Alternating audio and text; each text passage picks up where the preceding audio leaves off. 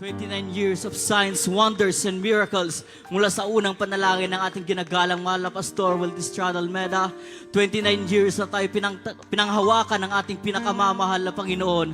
29 years ng pagpapala. 29 years, mga minamahal.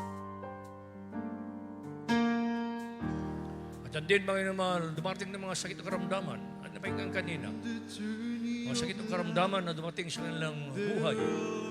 Nandyan ang kanilang ikamamatay, ang sabi, pero sa kanilang katapatan, patuloy naglingkod sa ating mahal na Panginoon. Naging tapat sa paglilingkod. Naging tapat sa pagbibigay ng kanilang kapathandog, mga sakit karamdaman niya, pinagaling ng ating mahal na Panginoon.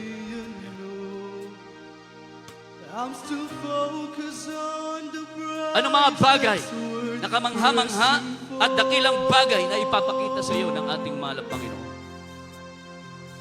Ang sabi ko sa doktor, kung ano, papeles na dapat pirman, ilalabas ko ang asawa ko. Ilalabas ko.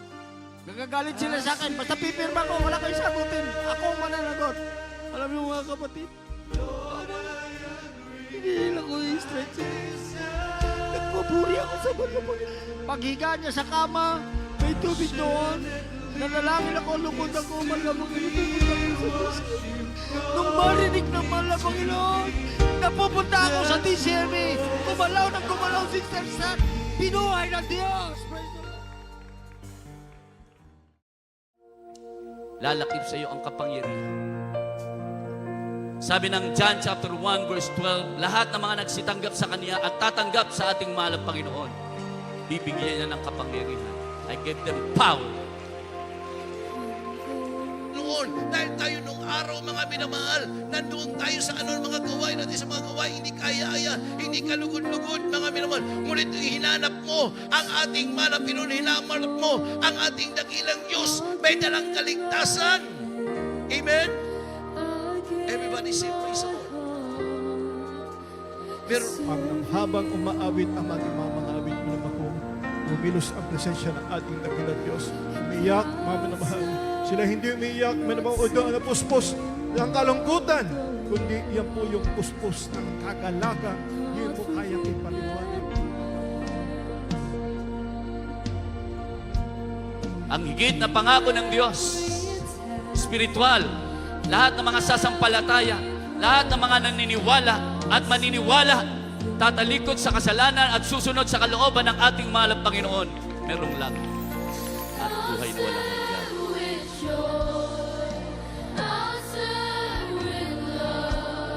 Lalakip sa iyo ang kapangyarihan. After na ikaw ay gumaling, after na ikaw ay pinagaling na ng ating mahal na Panginoon, after na ikaw ay binago na ng ating mahal na Panginoon, at hindi na babalik sa kasalanan, mananatili sa iyo ang kapangyarihan. Bigay ng Diyos, libre, walang bayad.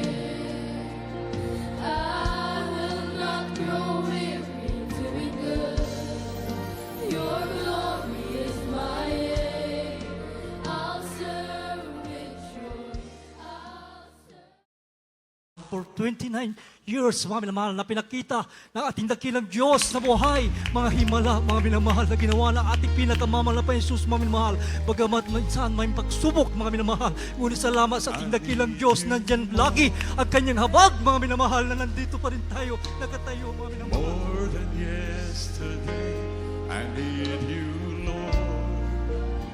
Sabi ng Matthew chapter 10 verse 8, tinanggap niyong libre, ipamahagi niyong libre, walang bayad.